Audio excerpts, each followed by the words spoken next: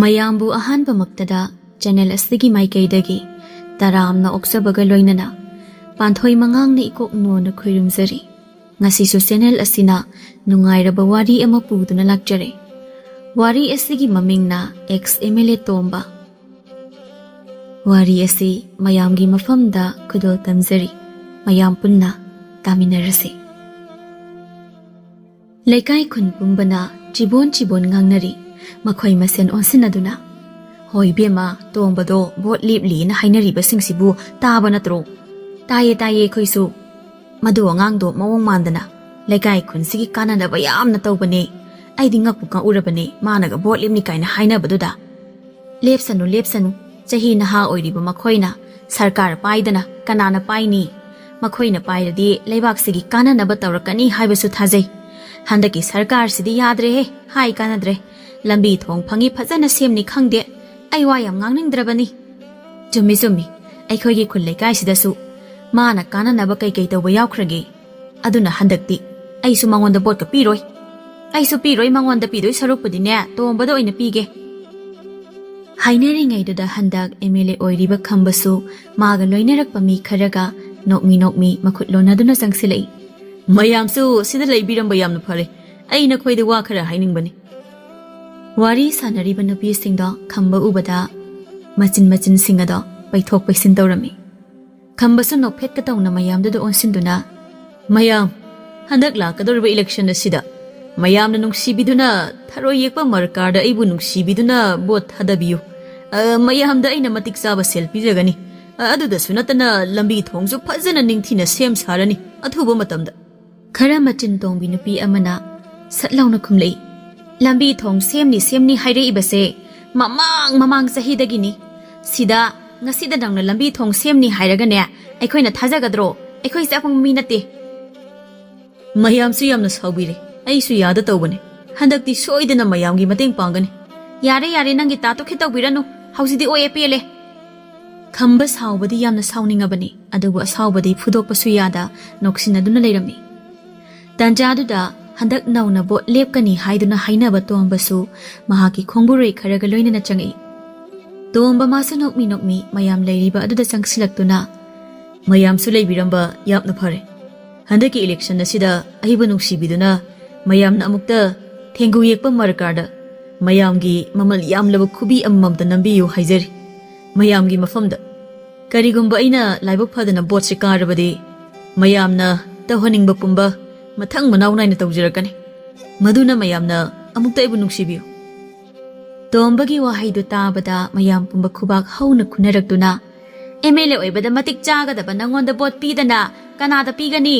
ꯃꯌꯥꯝ ꯄꯨꯟꯅ ꯇꯣꯝꯕꯗ ꯚꯣꯠ ꯄꯤꯁꯦ꯫ ꯃꯌꯥꯝꯗꯨꯁꯨ ꯄꯨꯟꯅ ꯑꯃꯨꯛꯇꯪ ꯑꯣꯏꯅ ꯄꯤꯁꯦ꯫ ꯃꯌꯥꯝꯒꯤ ꯄꯥꯎꯈꯨꯝꯗꯨ ꯇꯥꯔꯒ ꯇꯣꯝꯕꯗꯤ ꯃꯥꯏꯊꯣꯡ ꯃꯀꯥ ꯂꯥꯝꯅ ꯅꯣꯛꯃꯤ ꯇꯧꯖꯔꯝꯃꯤ꯫ ꯈꯝꯕꯗꯤ ꯑꯃꯨꯛ ꯇꯣꯏꯕ ꯂꯩꯕ ꯌꯥꯗ꯭ꯔꯦꯗꯣ, ꯃꯁꯥꯗꯣ ꯈꯣꯏꯔꯥꯡ ꯈꯣꯏꯁꯥꯎꯅꯕꯅ꯫ ꯈꯝꯕ ꯅꯣꯛꯁꯤꯟꯅꯗꯨꯅ ꯃꯌꯥꯝꯗꯨꯗ ꯑꯃꯨꯛꯇꯪ ꯑꯣꯏꯅ ꯌꯦꯡꯂꯗꯨꯅ, ꯃꯌꯥꯝ, ꯑꯩꯁꯨ ꯑꯔꯨꯕ ꯃꯤꯇꯤꯡ ꯑꯃ ꯂꯩꯔꯦ꯫ ꯃꯌꯥꯝꯁꯨ ꯂꯩꯕꯤꯍꯧꯈꯣ, ꯑꯩꯁꯨ ꯆꯠꯆꯔꯨꯈꯤꯒꯦ꯫ ꯃꯁꯤ ꯍꯥꯏꯗꯨꯅ ꯅꯣꯛꯃꯤ ꯃꯈꯨꯠ ꯑꯅꯤ ꯂꯣꯟꯅꯗꯨꯅ ꯃꯥꯒꯤ ꯃꯤꯁꯤꯡꯗꯨꯒ ꯊꯣꯛꯈꯤꯔꯝꯃꯤ꯫ ꯈꯝꯕꯅ ꯊꯣꯛꯈꯤꯕꯗꯣ ꯃꯈꯣꯏꯁꯨ ꯀꯂꯛ ꯄꯦꯟꯅ ꯌꯦꯡꯅꯍꯧꯔꯤ꯫ ꯈꯝꯕ ꯆꯠꯅ ꯁꯥꯎꯅ ꯍꯥꯏꯔꯤ, ꯍꯦ, ꯃꯥꯒꯨꯝꯕ ꯀꯩꯁꯨ ꯂꯩꯇꯕ ꯇꯨꯃꯤꯠ ꯀꯥꯡ ꯃꯥꯅ ꯑꯩꯕꯨ ꯎꯁꯤꯠꯇꯕ ꯌꯥꯕ꯭ꯔꯥ?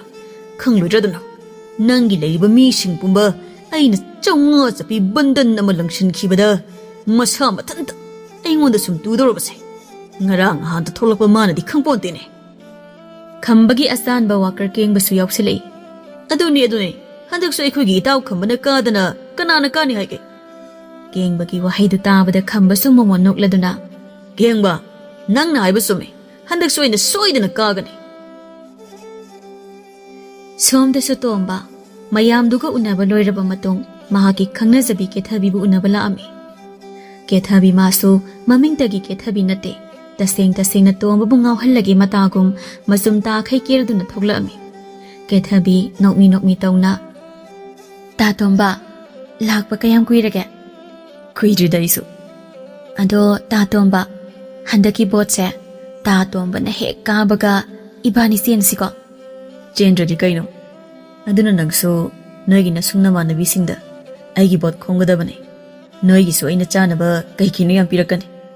ꯑꯁꯦꯡꯕꯩ ꯄꯤꯔꯛꯀꯗ꯭ꯔꯣ?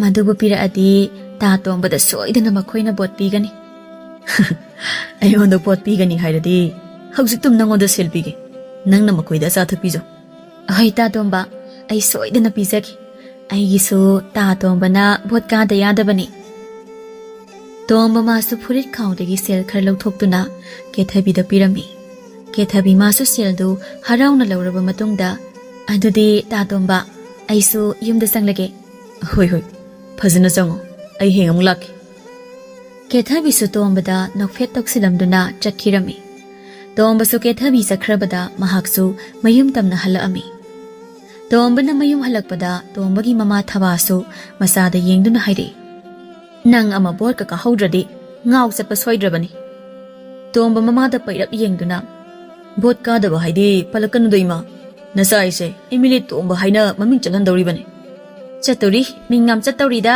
ꯏꯆꯥꯁꯤꯗꯤ꯫ ꯆꯠꯇꯧꯔꯤꯕꯅꯤ, ꯏꯃꯥꯁꯨ MLA ꯇꯣꯝꯕ ꯄꯣꯛꯄ ꯃꯃꯥ ꯊꯕꯥ ꯀꯥꯏꯅ ꯍꯥꯏꯅꯗꯧꯔꯤꯕꯅꯤ꯫ ꯌꯥꯔꯦ, ꯅꯃꯥꯗꯤ ꯄꯦꯜꯂꯦ, MLA ꯇꯣꯝꯕ ꯄꯣꯛꯄꯤ ꯃꯃꯥ ꯍꯥꯏꯗꯣ ꯑꯣꯏꯖꯅꯤꯡꯗꯦ꯫ ꯏꯃꯥꯅ ꯑꯣꯏꯅꯤꯡꯗꯦ ꯍꯥꯏꯗꯨꯅ ꯀꯩꯗꯧꯔꯨꯅꯤ, ꯑꯗꯨꯝ ꯑꯣꯏꯗꯧ ꯂꯩꯔꯝꯅꯤ꯫ ꯇꯟꯖꯥꯗꯨꯗ ꯏꯃꯨꯡꯗꯒꯤ ꯇꯣꯝꯕꯕꯨ ꯄꯣꯛꯄ ꯃꯄꯥ ꯈꯗꯥꯡꯁꯨ ꯃꯥꯡꯒꯣꯜꯗ ꯊꯣꯛꯂꯛꯇꯨꯅ, ꯀꯩ ꯋꯥꯔꯤꯅꯣ? ꯅꯣꯏ ꯅꯃꯥꯅ ꯆꯥꯅ ꯁꯥꯟꯅꯔꯤꯕ ꯋꯥꯔꯤꯗꯨꯕꯨ? ꯍꯣ ꯀꯔꯤꯒꯤ ꯑꯣꯏꯅꯤ ꯃꯄꯥ, ꯃꯄꯥ ꯂꯧꯗꯅ ꯆꯥꯁꯤꯁꯨ ꯚꯣꯠꯇ ꯇꯧ ꯂꯩꯔꯦꯗꯅ꯫ ꯉꯥꯏꯍꯥꯛꯇ ꯉꯥꯏꯔꯦ ꯚꯣꯠꯀꯤ ꯃꯤ ꯑꯃꯨꯛ ꯇꯤꯟꯒꯦ ꯍꯥꯏꯔꯛꯑꯅꯤ꯫ ꯈꯗꯥꯡ ꯊꯋꯥ ꯏꯁꯥ ꯁꯥꯗꯅ, ꯑꯗꯨꯕꯨ ꯀꯩꯗꯧꯏ ꯍꯥꯏꯒꯦ? ꯑꯩꯗꯤ ꯏꯆꯥꯁꯦ ꯃꯄꯥꯒꯤ ꯏ ꯂꯧꯗꯅ ꯚꯣꯠꯇ ꯊꯋꯥꯏ ꯌꯥꯎꯔꯤꯁꯦ ꯊꯥꯒꯠꯂꯤꯕꯅꯤꯅꯦ꯫ ꯚꯣꯠ ꯀꯥꯔꯒ ꯀꯔꯤꯕꯨ ꯀꯥꯟꯅꯗꯣꯏꯅꯣ? ꯑꯩꯗꯤ ꯚꯣꯠꯁꯦ ꯀꯌꯥ ꯄꯥꯝꯖꯈꯤꯗ꯭ꯔꯦ꯫ ꯃꯃꯥꯒꯤ ꯋꯥꯍꯩꯗꯨꯗ ꯇꯣꯝꯕꯁꯨ ꯃꯃꯤꯠ ꯑꯅꯤꯗꯨꯅ ꯃꯤꯔꯛ ꯅꯥꯔꯛ ꯌꯦꯡꯂꯗꯨꯅ, ꯚꯣꯠ ꯀꯥꯔꯗꯤ ꯏꯃꯥ ꯑꯩꯁꯦ MLA ꯑꯣꯏꯔꯅꯤ꯫ ꯑꯩꯅ MLA ꯑꯣꯏꯔꯗꯤ ꯑꯩꯉꯣꯟꯗ ꯊꯕꯛꯀꯤ ꯁꯦꯜ ꯅꯝꯕꯤꯌꯨ ꯍꯥꯏꯕ ꯃꯌꯥꯝ ꯂꯥꯛꯑꯅꯤ꯫ ꯃꯗꯨꯗ ꯂꯥꯛꯄ ꯁꯦꯜꯗꯣ ꯑꯩꯅ ꯅꯨꯡꯉꯥꯏꯅ ꯆꯥꯔꯒ ꯂꯩꯔꯅꯤ꯫ ꯁꯤ ꯃꯉꯥꯏ ꯚꯣꯠ ꯀꯥꯕꯒꯤ ꯅꯨꯡꯉꯥꯏꯕ ꯍꯥꯏꯕꯕꯨ꯫ ꯍꯥꯏꯔꯤꯁꯤꯅꯗꯤ ꯂꯩꯀꯥꯏ ꯈꯨꯟꯁꯤꯒꯤ ꯀꯥꯟꯅꯅꯕ ꯑꯃꯠꯇ ꯇꯧꯔꯣꯏ ꯁꯤꯅꯤꯅꯦ꯫ ꯀꯩꯗꯧꯕꯩ ꯇꯧꯗꯣꯏꯅꯣ? ꯍꯧꯖꯤꯛ ꯇꯧꯔꯤꯁꯤꯁꯨꯅꯦ ꯇꯧꯅꯤꯡꯗꯅꯒ ꯇꯧꯕ ꯅꯠꯇꯦ꯫ ꯂꯩꯀꯥꯏ ꯈꯨꯟꯁꯤꯒꯤ ꯑꯄꯪꯕꯤ ꯃꯌꯥꯝꯁꯦ ꯂꯥꯡ ꯊꯛꯑꯒ ꯑꯩꯉꯣꯟꯗ ꯂꯣꯏꯅ ꯊꯥꯖꯕ ꯊꯝꯂꯛꯅꯕꯅꯤ ꯍꯥꯏꯗꯅ ꯑꯩꯁꯨ ꯁꯦꯜ ꯇꯤꯡꯈꯩ ꯂꯝꯕꯤ ꯊꯣꯡ ꯁꯦꯝ ꯁꯥꯔꯤꯕꯅꯤ꯫ ꯏꯆꯥꯗꯤ ꯂꯣꯏꯔꯦꯗꯅ, ꯈꯝꯕꯗꯒꯤ ꯏꯆꯥꯅ ꯍꯦꯟꯅ ꯁꯥꯊꯤꯗꯧꯔꯤ꯫ ꯚꯣꯠ ꯍꯥꯏꯁꯤꯗꯤ ꯚꯣꯠꯅꯦ, ꯆꯍꯤ ꯆꯨꯞꯄ ꯑꯩꯅ MLA ꯑꯗꯨꯝ ꯑꯣꯏꯅꯤ ꯍꯥꯏꯕ ꯂꯩꯇꯦ꯫ ꯑꯗꯨꯅ ꯑꯩꯅ MLA ꯑꯣꯏꯔꯤꯉꯩꯗ ꯇꯥꯁꯟꯕ ꯌꯥꯕ ꯂꯟ ꯊꯨꯝ ꯈꯔ ꯇꯥꯁꯜꯂꯒ ꯂꯣꯏꯔꯦ꯫ ꯏꯆꯥꯒꯤ ꯋꯥꯍꯩꯁꯤꯡꯁꯦ ꯇꯥꯕꯗ ꯏꯃꯥꯗꯤ ꯄꯨꯛꯄꯦꯟ ꯍꯦꯛ ꯄꯦꯜꯂꯦ꯫ ꯏꯃꯥ ꯚꯣꯠ ꯊꯥꯗꯕꯒ ꯆꯠꯂꯔꯣꯏ꯫ ꯃꯍꯥꯛꯀꯤ ꯅꯨꯄꯤꯅ ꯚꯣꯠ ꯊꯥꯗꯕ ꯆꯠꯂꯣꯏ ꯍꯥꯏꯕꯗꯨꯗ ꯈꯗꯥꯡꯁꯨ ꯃꯍꯥꯛꯀꯤ ꯅꯨꯄꯤꯗ ꯆꯩꯕꯣꯏ ꯀꯩꯑꯣꯏ ꯍꯥꯏꯔꯛꯏ, ꯀꯔꯤꯒꯤ ꯚꯣꯠ ꯊꯥꯗꯕ ꯆꯠꯂꯣꯏꯗꯣꯏꯕ? ꯚꯣꯠ ꯂꯦꯞꯇꯣꯏꯁꯦ ꯅꯪꯒꯤ ꯅꯆꯥꯅꯤ ꯅꯆꯥ꯫ ꯀꯅꯥꯅ ꯏꯆꯥ ꯅꯠꯇꯦ ꯍꯥꯏꯈ꯭ꯔꯒꯦ ꯃꯣꯏ ꯃꯄꯥꯗ? ꯅꯆꯥ ꯑꯣꯏꯔꯒ ꯀꯔꯤꯒꯤ ꯅꯆꯥꯅ ꯚꯣꯠ ꯂꯦꯞꯄꯗ ꯅꯪꯅ ꯊꯥꯗꯕ ꯆꯠꯂꯣꯏꯗꯧꯔꯤꯕ? ꯐꯔꯁꯨ ꯐꯠꯇ꯭ꯔꯁꯨ ꯚꯣꯠꯇꯣ ꯍꯦꯛ ꯀꯥꯕꯗ ꯑꯩꯈꯣꯏꯁꯦ MLAꯒꯤ ꯑꯄꯣꯛꯄꯤꯅꯤ ꯍꯥꯏꯗꯅ ꯃꯁꯛ ꯈꯪꯅꯒꯗꯧꯔꯤꯕꯅꯤ꯫ ꯊꯕꯥꯅ ꯈꯨꯝꯒꯦ ꯍꯥꯏꯗꯨꯅ ꯃꯌꯥ ꯍꯦꯛ ꯀꯥꯊꯣꯛꯄꯒ ꯊꯣꯡꯒꯥꯟꯗ ꯃꯤ ꯈꯔ ꯆꯪꯉꯛꯏꯕꯗꯨ ꯍꯦꯛ ꯎꯔꯝꯃꯤ꯫ ꯇꯣꯝꯕ ꯃꯃꯥ ꯃꯄꯥꯗ ꯑꯣꯟꯁꯤꯟꯗꯨꯅ ꯇꯞꯂꯞ ꯍꯥꯏꯔꯛꯏ, ꯏꯃꯥ ꯕꯥꯕꯥ, ꯃꯤ ꯂꯥꯛꯑꯦ, ꯂꯥꯡꯉꯛꯑꯅꯨꯀꯣ꯫ ꯂꯥꯛꯂꯤꯕ ꯃꯤꯁꯤꯡꯗꯨꯁꯨ ꯇꯣꯝꯕ ꯍꯣꯏꯒꯤ ꯁꯨꯃꯥꯡꯗ ꯌꯧꯁꯤꯜꯂꯛꯑꯝꯃꯤ꯫ ꯇꯣꯝꯕ ꯃꯥꯁꯨ ꯅꯣꯛꯃꯤ ꯇꯧꯅ, ꯃꯌꯥꯝ ꯍꯦꯛꯇ ꯂꯦꯡꯁꯤꯟꯁꯦ, ꯑꯩ ꯐꯤꯗꯥ ꯂꯧꯊꯣꯛꯂꯨꯈꯤꯒꯦ꯫ ꯌꯥꯔꯦ ꯂꯧꯊꯣꯛꯇ꯭ꯔꯁꯨ, ꯑꯩꯈꯣꯏꯒꯤꯁꯦ ꯅꯪꯉꯣꯟꯗ ꯋꯥ ꯑꯃ ꯍꯥꯏꯒꯦ ꯍꯥꯏꯗꯅ ꯂꯥꯛꯄꯅꯦ꯫ ꯀꯩ ꯋꯥꯅꯣ ꯍꯦꯛꯇ ꯍꯥꯏꯕꯤꯌꯨ꯫ ꯑꯔꯨꯕ ꯋꯥꯕꯨꯗꯤ ꯅꯠꯇꯦꯗ, ꯍꯦꯛꯇ ꯍꯥꯏꯕꯤꯌꯨ꯫ ꯂꯩꯀꯥꯏꯒꯤ ꯃꯆꯨꯟ ꯇꯣꯡꯕꯤ ꯅꯨꯄꯤ ꯑꯃꯅ ꯁꯠ ꯂꯥꯎꯅ, ꯑꯩꯈꯣꯏꯒꯤ ꯂꯩꯀꯥꯏꯁꯤꯗ ꯂꯥꯏꯌꯦꯡꯁꯪ ꯑꯃ ꯁꯥꯗꯨꯅ ꯊꯝꯅꯤꯡꯂꯦ, ꯃꯗꯨꯗ ꯏꯕꯨꯡꯉꯣ ꯇꯣꯝꯕꯅꯁꯨ ꯃꯇꯦꯡ ꯈꯔ ꯄꯥꯡꯗꯕ ꯌꯥꯗꯕꯅꯤꯀꯣ꯫ ꯑꯩꯒꯤ ꯋꯥꯗꯤ ꯄꯥꯡꯒꯦ ꯍꯥꯏꯁꯤꯗ ꯂꯩꯔꯦ꯫ ꯏꯅꯦ ꯍꯣꯏ ꯃꯌꯥꯝꯅ ꯍꯥꯏꯕꯤꯔꯛꯄ ꯌꯥꯝꯅ ꯐꯔꯦ, ꯑꯩꯅꯁꯨ ꯈꯜꯂꯝꯃꯤꯕꯅꯤ꯫ ꯅꯨꯄꯤꯁꯤꯡꯗꯨꯁꯨ ꯍꯔꯥꯎꯅ, ꯑꯗꯨꯗꯤ ꯏꯕꯨꯡꯉꯣ ꯑꯩꯈꯣꯏꯁꯨ ꯍꯜꯂꯒꯦꯀꯣ꯫ ꯍꯣꯏ ꯏꯅꯦ, ꯑꯗꯨꯒ ꯋꯥ ꯑꯝꯇꯒ꯫ ꯀꯩ ꯋꯥꯅꯣ ꯍꯦꯛꯇ ꯍꯥꯏꯌꯣ꯫ ꯍꯟꯖꯤꯟ ꯍꯥꯏꯌꯦꯅꯁꯨ ꯁꯥꯎꯕꯤꯒꯅꯨ꯫ ꯍꯟꯗꯛꯀꯤ ꯚꯣꯠꯁꯤꯗꯤ ꯑꯩꯉꯣꯟꯗ ꯄꯤꯕꯤꯗꯕ ꯌꯥꯗꯕꯅꯤꯀꯣ ꯏꯅꯦꯁꯤꯡ꯫ ꯄꯤꯅꯤ, ꯅꯪꯉꯣꯟꯗ ꯄꯤꯗꯅ ꯀꯅꯥꯗ ꯄꯤꯅꯤ ꯍꯥꯏꯒꯦ? ꯑꯗꯨꯗꯤ ꯁꯣꯏꯕꯤꯕ ꯌꯥꯗꯦ, ꯊꯦꯡꯒꯨ ꯌꯦꯛꯄ ꯃꯔꯀꯥꯔꯗꯅꯤꯀꯣ꯫ ꯍꯣꯏ, ꯑꯗꯨꯗꯤ ꯏꯅꯦ ꯍꯣꯏꯁꯨ ꯆꯠꯂꯨꯈꯤꯒꯦꯀꯣ꯫ ꯃꯁꯤ ꯍꯥꯏꯗꯨꯅ ꯂꯥꯛꯂꯤꯕꯁꯤꯡ ꯑꯗꯨꯁꯨ ꯊꯣꯡꯒꯥꯜꯗ ꯑꯃꯨꯛ ꯊꯣꯛꯈꯤꯔꯝꯃꯤ꯫ ꯇꯣꯝꯕꯁꯨ ꯅꯣꯛꯃꯤ ꯇꯧꯅ ꯃꯌꯥꯝ ꯊꯣꯛꯈꯤꯕꯗꯨ ꯌꯦꯡꯗꯨꯅ ꯃꯆꯤꯟꯅ ꯊꯣꯛꯅ ꯉꯥꯡꯂꯛꯏ, ꯍꯟꯗꯛꯇꯤ ꯑꯩꯅ ꯁꯣꯏꯗꯅ ꯚꯣꯠ ꯀꯥꯔꯅꯤ꯫ ꯚꯣꯠ ꯀꯥꯔꯗꯤ ꯑꯩꯅ MLA ꯑꯣꯏꯗꯨꯅ ꯃꯅꯤꯄꯨꯔ ꯄꯨꯝꯕ ꯇꯣꯝꯕ ꯑꯩꯅ ꯅꯩꯈꯤ꯫ ꯃꯆꯥꯒꯤ ꯋꯥꯍꯩꯗꯨ ꯇꯥꯕꯗ ꯑꯆꯨꯝꯕ ꯄꯥꯝꯖꯕ ꯃꯃꯥ ꯊꯕꯥꯗꯨꯗꯤ ꯃꯆꯥꯗ ꯑꯣꯟꯁꯤꯟꯗꯨꯅ, ꯅꯪꯅ MLA ꯑꯣꯏꯔꯒ ꯑꯩꯈꯣꯏꯒꯤ ꯂꯝꯗꯝ ꯑꯁꯤꯗ ꯀꯔꯤ ꯀꯥꯟꯅꯕ ꯇꯧꯗꯧꯔꯤꯒꯦ?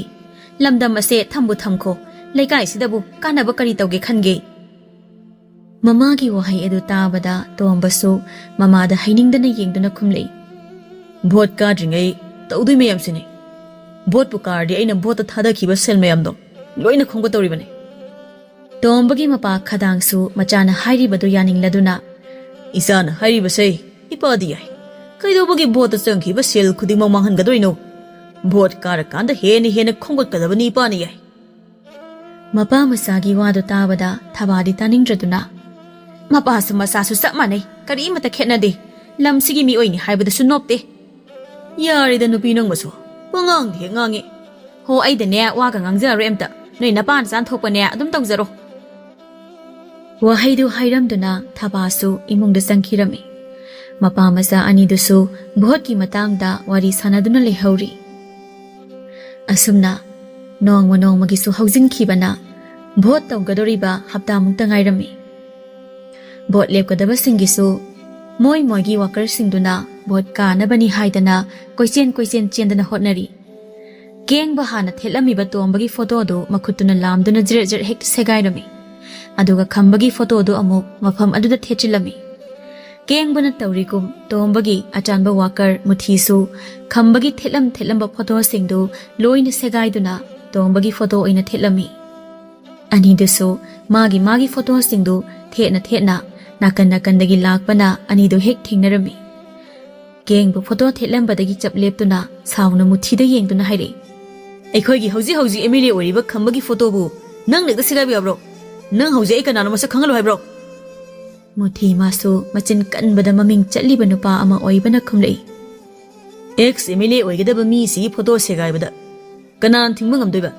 segai gi yong segai rim nei napa kanana ex MLA oini haige hada su khambana bot kaduna MLA soidana oigani oirani he yam oirani ko suk oi he oiro handak ti itaw tombana mi masing lak henduna bot kadoroban suka karo kani phai yingna sedudi yingna sine wahai singdu hainaduna mamit khana yengnaramduna magi maikaida makhoiga lakminaba sing aduga amuk chatkirami khamba amasung tombasu bot kuidraba oibana magi da bot thadanabani haidana selyelami anido amadagi amana tabanate sel phawba chap manana yeli amana amagi mi phaw thadoknaduna mana kari tawri makhoigi mina kayam leiba haidana chingba khangdokli tomba madi mahaki worker singduga wari sanaduna nok khedana tawri khambagi mido yam de haba pom taine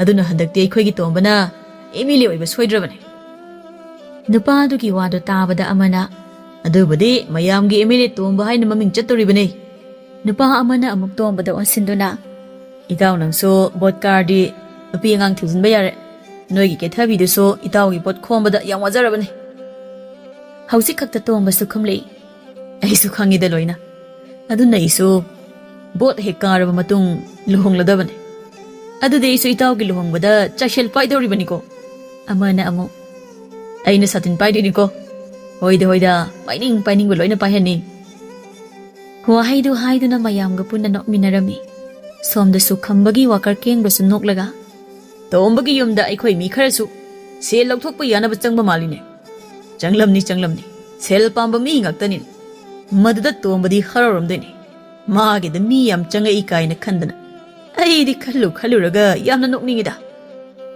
nupadugi wahaidu tabada khambadu noklaga apangba anganga aikhoiga lamba paba yaba nate natra mayam mani wahaidu haiduna makhoi masendo onsinaduna nokli haina bot namitu su yorami bot thadabagi mayam tinba lampaktuda magi worker singna lakliba mi singbu magi mi singda thadanaba haidana lona kaya hairami haibada natana selsu phongna piba yadabana lona pinarami gengba amasung muthisu hek maphamduda thengnaduna mamit khana yengnarami muthina noklaga orendi nang khanganidana gengba sutade masu noktuna namaidu thangalaga chatpa ngambra haibado yengnabu tai wahai singdo hainaduna phat amuk leithokna khirami Matamsu khajik thengjilakpana bot thadabagi matamsu loiraduna khara amadi mafam adu thadokduna chatnakhi. Khara amana mafam aduda leithaduna lehauraga wathi wasoi ngangnaduna leiri.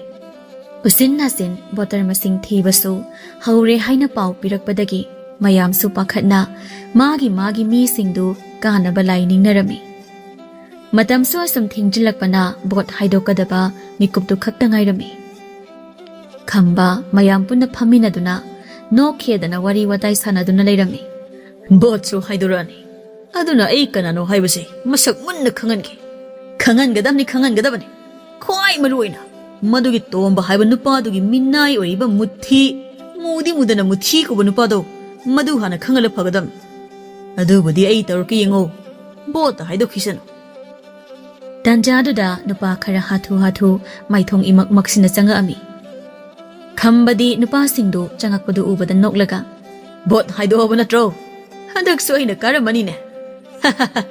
Aduna nakhoi gi chaning bangasi di aina loina pijagani. Changa iba nupa sing adudagi amana yam ki na hairi. Handakti tombana bot kakri. Tombana MLA oikrani. Nupadugi wahidu tabada khamba mari makoktu makut hapledo. Noklamba du sapleptuna. Ha! Kari! Aina bot kadraba. Kari no ina tariba pawasiba. Tanjaduda thongal luang madagi kanna laubagi makhol sutara ami. Tombana bot kare miyamna yaba tombani haina. Laubagi khonjel singadu tabada khamba mamit manak jab yung khatuna wanthare. Kengba pakhatna. Mayam khamba si wanthakre. Ising kita punaro yam thuna. Khambagi nupidusu mahaki nupa khambana bot kadrabada kaptana talaikre. Bota aigi sanadagi kaidagi loina tumkre. Ai loire tharo ai loire.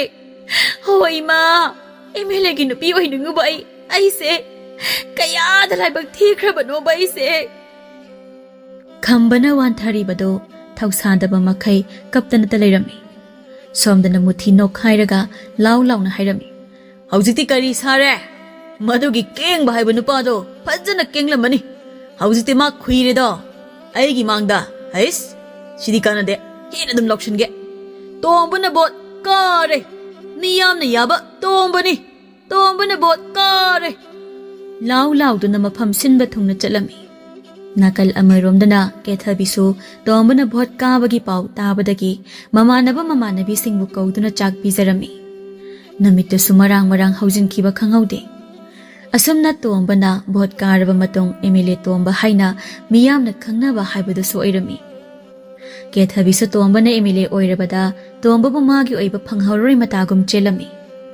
Chelaba matong ikuida tombaga kethabiga suluhonglami. Luhonglaba matongni kethabi mamai mamit pumba ikena tombagi phurit lisan hairi. Ta tomba handakti aigi sanasan yang kai muki lik ama sadaba yariko. Aigi nupigi bu kari sadani haige sadoke. Nungsibana aigi nupase. Tanjadada mapandagi mamana. Ibungo nang thabak chathokadaba natro. Tomba sumanungdagi hoi ima chathoktuine. Adudi thoglao ne thengkhrania. Hoi ima thoglagi. Tomba ke thabida amu onsinduna aigi jak thirulo. Hoita tomba. Asumna matai manau anidu supunna thokminaraktuna kethabina tombagi sak saruktu thiduna pijarami. Kethabi masu tombagi manakta leiduna awal apa hangli. Ta tomba kari hapakhoge. Yare we. Yam hautrobin sangse. Yam hawe. Aduga kai sadriba.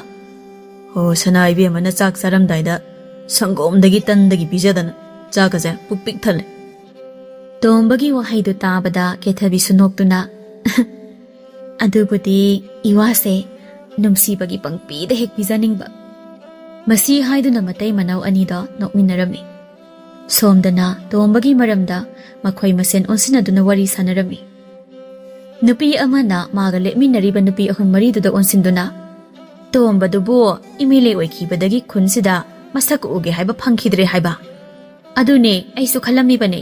Hana ding hak tang phau thongal thok yadi ma adum thekna bane ꯍꯧꯖꯤꯛ MLA ꯑꯣꯏꯔ ꯃꯇꯝꯁꯤꯗꯗꯤ ꯊꯦꯡꯅꯈꯤꯗ꯭ꯔꯤ ꯑꯩꯁꯨ ꯊꯦꯡꯅꯗꯦ ꯈꯜꯂꯝꯃꯤꯕꯅꯤ ꯑꯗꯨꯒꯅꯦ ꯂꯩꯀꯥꯏ ꯃꯤꯅ ꯍꯥꯏꯅꯩꯅꯤ ꯇꯣꯝꯕꯒꯤ ꯅꯨꯄꯤ ꯀꯦꯊꯕꯤꯗꯣ ꯁꯅꯥ ꯑꯆꯧꯕ ꯌꯥꯝ ꯌꯥꯜꯂꯤ ꯍꯥꯏꯌꯦ ꯌꯥꯜꯂꯝꯅꯤ ꯈꯨꯟꯁꯤꯒꯤ ꯀꯥꯟꯅꯅꯕ ꯊꯕꯛ ꯑꯃꯠꯇ ꯇꯧꯒꯦ ꯍꯥꯏꯕꯒꯤ ꯋꯥꯈꯟꯗꯤ ꯂꯩꯇ꯭ꯔꯕꯅꯤ ꯃꯇꯨꯒꯤ ꯁꯅꯥꯗꯤ ꯁꯥꯔꯝꯅꯤ ꯚꯣꯠꯄꯨ ꯀꯥꯈ꯭ꯔꯗꯤ ꯊꯣꯛꯎꯕ ꯑꯃ ꯑꯗꯨꯝ ꯇꯧꯔꯛꯄꯖꯥꯠꯅꯤꯀꯣ ꯃꯁꯦ ꯚꯣꯠ ꯀꯥꯕ ꯈꯨꯗꯤꯡꯒꯤ ꯑꯣꯏꯗꯣꯏꯖꯥꯠꯂꯣ ꯚꯣꯠ ꯀꯥꯗ꯭ꯔꯤꯉꯩ ꯃꯇꯝꯗꯗꯤ ꯇꯣꯝꯕ ꯍꯥꯏꯕ ꯑꯉꯥꯡꯗꯨꯁꯨꯅꯦ ꯊꯣꯡꯕꯨ ꯁꯥꯕꯋꯣ ꯌꯥꯝ ꯇꯧꯔꯝꯕꯅꯤ ꯃꯥꯅ ꯑꯩꯈꯣꯏꯗꯒꯁꯦ ꯍꯥꯏꯔꯝꯂꯤꯕꯅꯤ ꯅꯨꯄꯤ ꯑꯃꯅ ꯌꯥꯝꯅ ꯈꯪꯅꯤꯡꯅ ꯀꯔꯤ ꯍꯥꯏꯔꯝꯃꯤꯕ ꯃꯥꯅꯗꯤ ꯍꯣ ꯂꯝꯕꯤ ꯆꯠꯊꯣꯛ ꯆꯠꯁꯤꯟ ꯇꯧꯕꯗ ꯑꯩꯈꯣꯏꯅ ꯅꯨꯡꯉꯥꯏꯇ꯭ꯔꯤꯕꯁꯦ ꯅꯨꯡꯉꯥꯏꯅꯕ ꯂꯝꯕꯤ ꯁꯦꯝꯒꯅꯤ ꯍꯥꯏꯔꯝꯃꯤꯕꯅꯦ ꯑꯗꯨꯒ ꯃꯥꯗꯤ ꯚꯣꯠ ꯍꯦꯛ ꯀꯥꯕꯗꯒꯤ ꯃꯁꯛ ꯃꯅꯥꯒ ꯑꯃꯠꯇ ꯎꯈꯤꯗ꯭ꯔꯦ ꯑꯩꯗꯤ ꯈꯜꯂꯨꯔꯒ ꯇꯣꯝꯕꯗ ꯚꯣꯠ ꯄꯤꯔꯝꯗ꯭ꯔꯁꯨ ꯐꯒꯅꯤ ꯍꯥꯏꯗꯅ ꯈꯜꯂꯛꯑꯕꯅꯦ ꯍꯥꯏꯅ ꯈꯝꯕꯗꯤ ꯑꯗꯨ ꯐꯥꯎꯗꯤ ꯇꯧꯈꯤꯗꯦ ꯈꯝꯕꯁꯨ ꯃꯈꯣꯏ ꯑꯃꯠꯇꯅꯤꯗꯅ ꯈꯝꯕꯅ ꯈꯔ ꯐꯕ ꯍꯥꯏꯕꯕꯨ ꯈꯝꯕꯗꯤ ꯚꯣꯠ ꯀꯥꯔꯕ ꯃꯇꯨꯡ ꯅꯣꯡ ꯅꯤꯅꯤ ꯃꯁꯛ ꯎꯔꯝꯃꯤꯕ ꯍꯥꯏꯕꯗꯨꯅꯤ ꯋꯥꯔꯤ ꯁꯥꯟꯅꯔꯤꯕꯗ ꯂꯝꯕꯤꯗ ꯂꯥꯛꯆꯕ ꯈꯝꯕꯒꯤ ꯋꯥꯀꯔ ꯀꯦꯡꯕꯅ ꯂꯣꯏꯅ ꯇꯥꯔꯗꯨꯅ ꯍꯥꯏꯔꯛꯏ ꯌꯥꯝꯅ ꯎꯁꯤꯠꯇꯅ ꯍꯧꯖꯤꯛꯇꯤ ꯀꯔꯤ ꯁꯥꯔꯦ ꯇꯣꯝꯕ ꯌꯥꯝ ꯇꯧꯈꯤꯗꯥꯏ ꯍꯧꯖꯤꯛꯇꯤ ꯇꯣꯝꯕꯅ ꯀꯔꯤ ꯇꯧꯕꯤꯔꯛꯑꯒꯦ ꯀꯗꯣꯝꯗꯒꯤ ꯂꯥꯛꯄꯅꯣ ꯈꯪꯍꯧꯗꯦ ꯃꯨꯊꯤꯁꯨ ꯁꯠ ꯍꯦꯛꯇ ꯐꯥꯎꯖꯤꯜꯂꯛꯇꯨꯅ ꯚꯣꯠ ꯀꯥꯍꯧꯗ꯭ꯔꯕꯅꯤꯅ ꯁ꯭ꯋꯥꯏꯗ ꯍꯤꯒꯥꯏ ꯋꯥ ꯑꯃꯨꯛ ꯇꯧꯕꯤꯔꯛꯑꯅꯣ ꯀꯦꯡꯕ ꯁꯥꯎꯅ ꯃꯨꯊꯤꯗ ꯌꯦꯡꯂꯛꯇꯨꯅ ꯑꯩꯅ ꯀꯥꯏꯗ ꯍꯤꯒꯥꯏ ꯋꯥ ꯇꯧꯋꯦ ꯑꯩꯅ ꯍꯥꯏꯔꯤꯕ ꯃꯌꯥꯝꯁꯤꯗꯤ ꯃꯌꯦꯛꯇ ꯉꯥꯡꯕ ꯏꯕꯨꯡꯉꯣ ꯅꯣꯏꯒꯤ ꯑꯦꯛꯁ MLA ꯗꯨꯅ ꯍꯥꯟꯅ MLA ꯑꯣꯏꯔꯝꯕꯗꯨꯗꯕꯨ ꯀꯔꯤ ꯇꯧꯈꯤꯒꯦ ꯃꯁꯤꯗ ꯍꯥꯟꯅ MLA ꯑꯣꯏꯔꯝꯕ ꯄꯟꯕꯒꯤ ꯀꯔꯤ ꯃꯊꯧ ꯇꯥꯕꯒꯦ ꯍꯥꯟꯅ ꯍꯧꯖꯤꯛꯅ ꯍꯧꯖꯤꯛ ꯍꯣꯏꯗ ꯑꯗꯨꯕꯨꯗꯤ ꯚꯣꯠ ꯀꯥꯗ꯭ꯔꯕꯅꯤꯅ ꯅꯠꯇ꯭ꯔꯣ ꯑꯃꯨꯛꯀ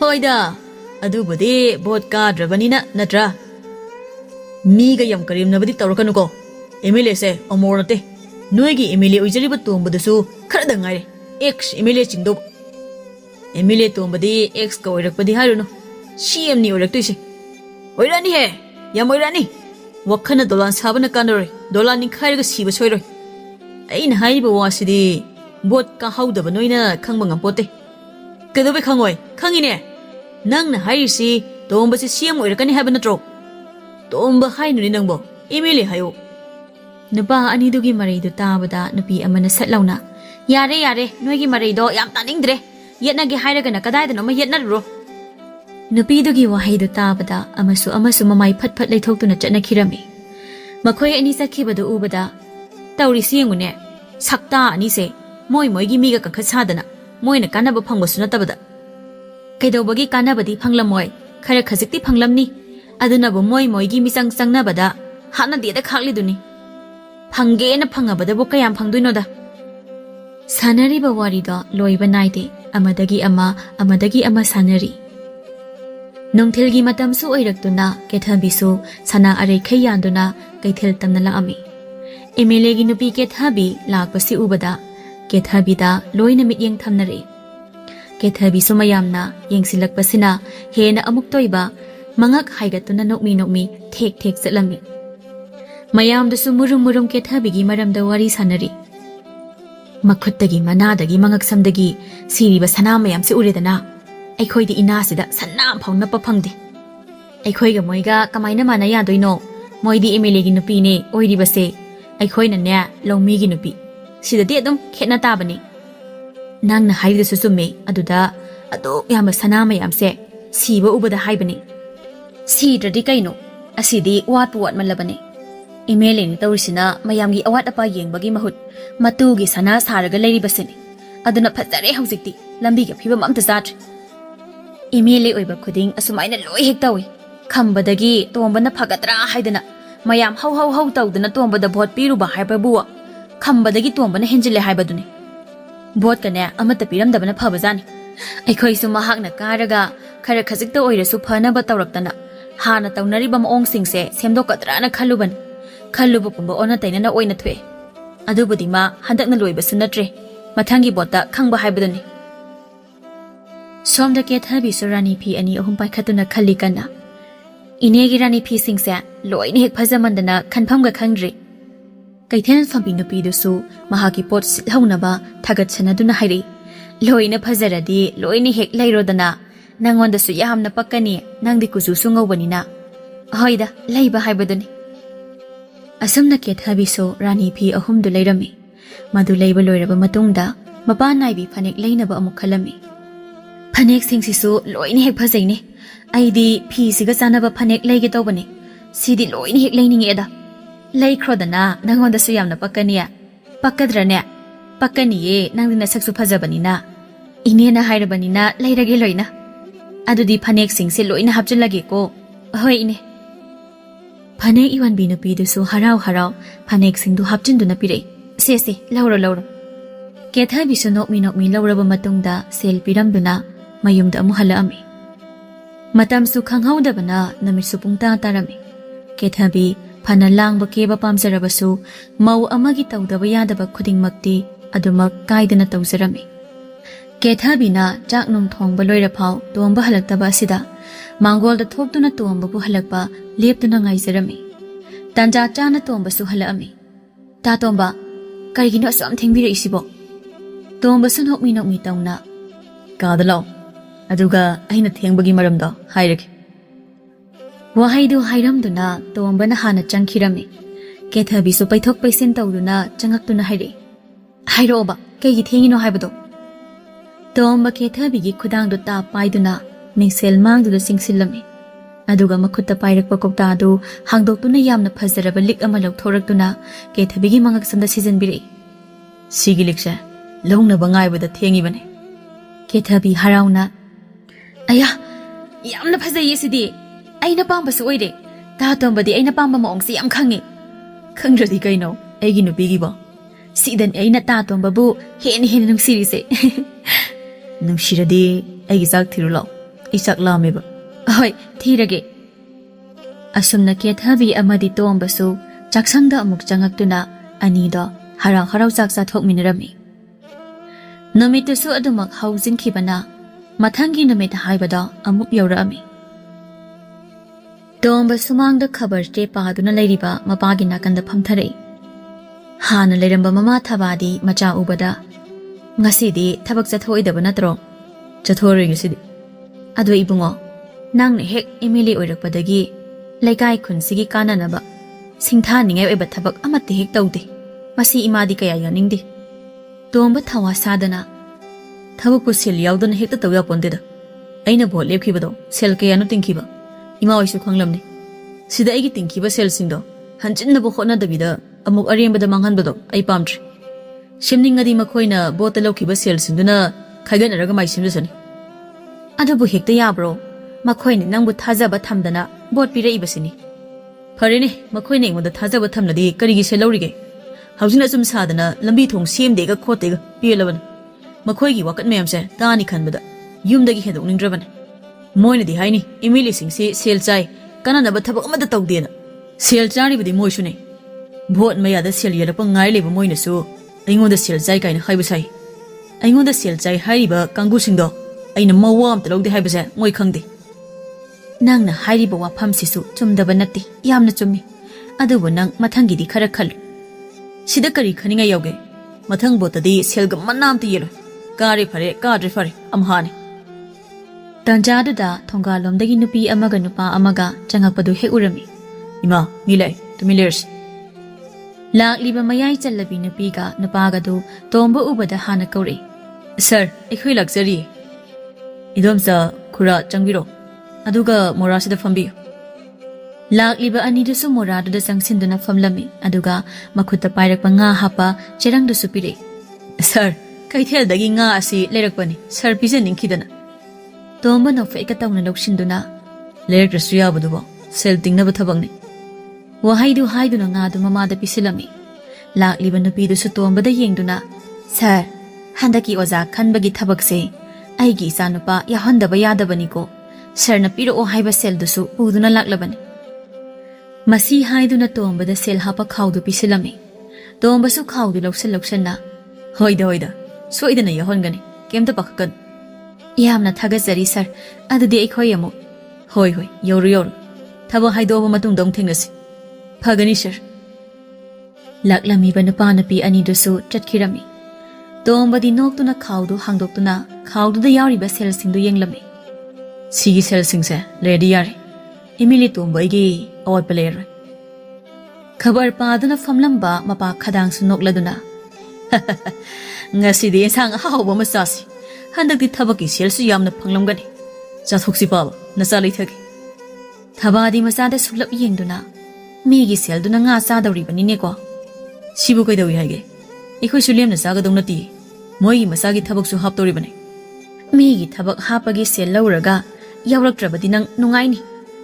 Kaidobagi yawroidino loini yawani. Thaba sor sang na khondoktuna.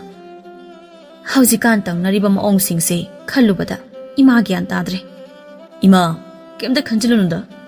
Ai amana sumba tawningi haidana hekta tawbu yaba nate. Lingjen manadradi. Hoida sel zabada lingjen manaraga leire. Noi MLA singsidi. Wahaidu hairamduna phet laukhe imungda changkhirami. Khadang su mahaki nupigi matawdu yengduna. Nama sei nahan waidagi asumba tawba yam pamjarakpani. Baba aisu loina khangi. Adabu ai khaktana asumba tawba haibase tarai tarai banate. Aduna aisu hana leiramliba maong asida yawningda adumak tung induna yawba tabani. Hoida isa khaktana asumba tawraga awaba tadaw mahutpudi sinasu hena phareda. Kaidawjaruni haigene sel laukhayu yai pana. Khadang masu machana tawba khudingmakta loina yaba haibado oirami. Mahaki nupi thabadi achumba chatpa pamba mi oibana machana tawbado yaningamde.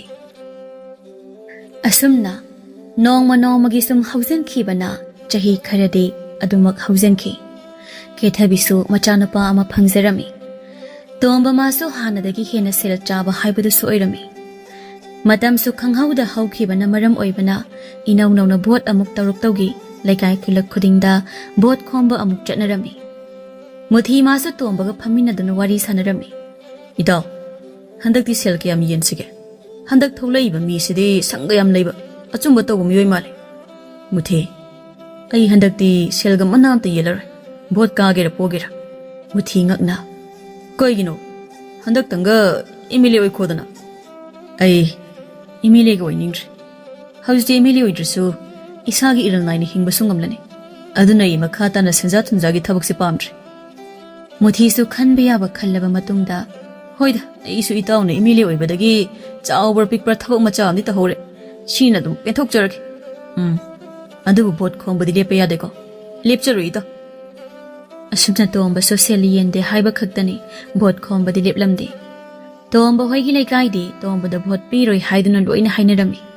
Muthi mi kharaga loina na bot khombala am. Mayam handaksu aikhoigi MLA tomba da bot pidaba yadabaniko. Nupi amana aikhoi di mangwanda bot piba ngamlaroi. Mana bot karaga khullai kai gi kananaba amata tawkhibasu leite. Aduna mangwanda bot piraga kari kanani haige. Handaktaga MLA tombabu MLA ohenbirabadi mana semhaudaba mayamna pamba khudingmak loina semnina takpire. Yare wa makha taranu. Aikhoi siyamna pangba mi nate ko. Aduna handakti MLA tombada bot sung piroi. Haire iba wahai singa du tabada muthi su nungai jaramde.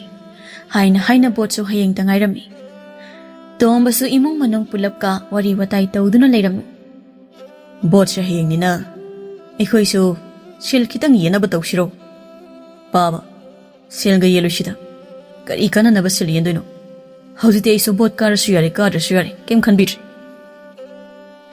Machagi wahaidu tabada thabasu isana hairibu wafamdo ima yaningi kaidobagi sel yeluni kethabisu matang chada yausilei handakti ta tombana botsu ka doi manre aduna sel yendabana phare sel yelasu karroi ai khange kethabigi wahaidu tabada tombasu mamit paina kethabida yengle kethabisu tombagi mityeng aduda khangpri he khangna mamai du makha da non tharami bot ki marang mi pong lakpana chingba tawbada numit adusu haukhiba khangaude hek nongan badagidi bot thadagadaba mina lampak adu sausarami hanagum muthi hoisu seliyendramaksu bot tumina khombadi lepanate bot numit oibana mi singdusu bot thadaba loiraba matung hanakhirami matamsu khajik thengjilakpadagi bot thadanaba suloirami bot thadaba loirakpada bot masing thiba haunare hai kanduda mayamda pakhat leinarami mamli tarokpa kan adudani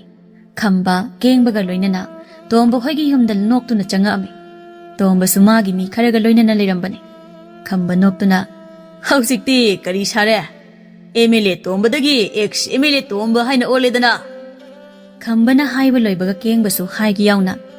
MLA tomba haiba budi ex MLA tomba haiba na hena phajai da madi. Mani yamna phajai. Kambaga kengbaga na laklibada tomba bhot kadre khangbadagi noknaba karimnaba laklibani. Tombagi manakta lairamba misingdudi asaubana kham thingle khwaidagi hena sauribana muthini. Muthi yamna phingna sauna. Hey, noi mafam se kadau lakno. Ha, yam thunu jakhro chalo. Nasak singdu yengde jakhro chalo. Kengbadi karimna na noktuna. Bot kadadi sumaina sauna boire. Khange ai ngasidagi. Kengbagi makha khambana amuk samdari. Bot kadabase kari khanbige. Aikhoi som ex MLA sayepo. Ngasaidagi wa nganglamdaba tombasu handakti thausada kumdori. Bot kagera karira aigidi thoidokte. Maramdi aina MLA urikanda sel tanba yaba tansin hore. Aina hauji ex MLA urikansidasu hana tansin hoba sel singduna phamja stars loiba khamba nair.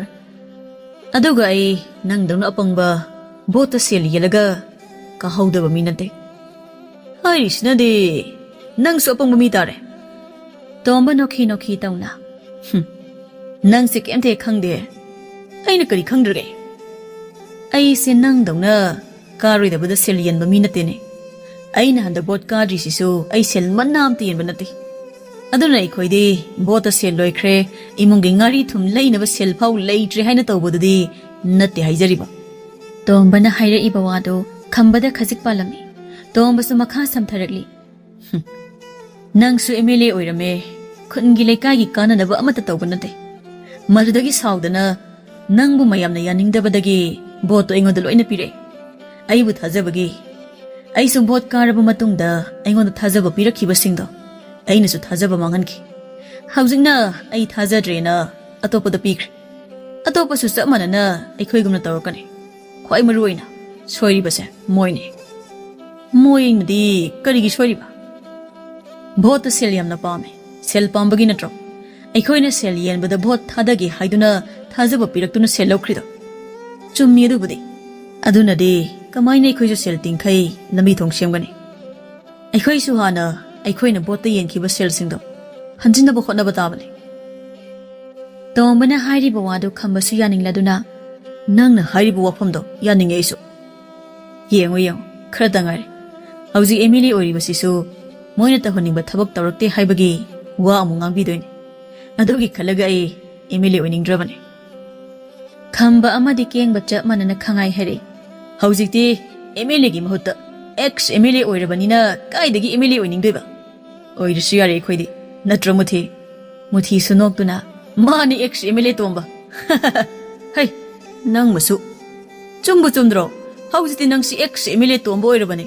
Hanagi MLA tomba oidrabane. Tanchadu da ke thabisu ike sinana haire. Ta tombana MLA dagi ex MLA tomba haina khangnarabanina aisu ex MLA tomba gi nupi haina mo khangnarani ne. Hoida aisu MLA gi nupi oirami dubu kaisu kaideda. Ke thabigi wa haidu da mayamdu tumin lainarambadagi khanghauda nokthori. Namit aduda miyamna MLA tomba haina khangnarambada haujikti ex MLA tomba haina amu khangnaram. Aduda sunatana handaki MLA oiriba adusu awa ana tariba singbu yengsinde. Lambi thong phajana semu hairaga mamingtagi oina semda yadabagum semi haiduna makhoi masen ngangnarami. Khara amana mangonda bhot piruba aikhoigi asoibani haiduna hanagum hamu sonakirami.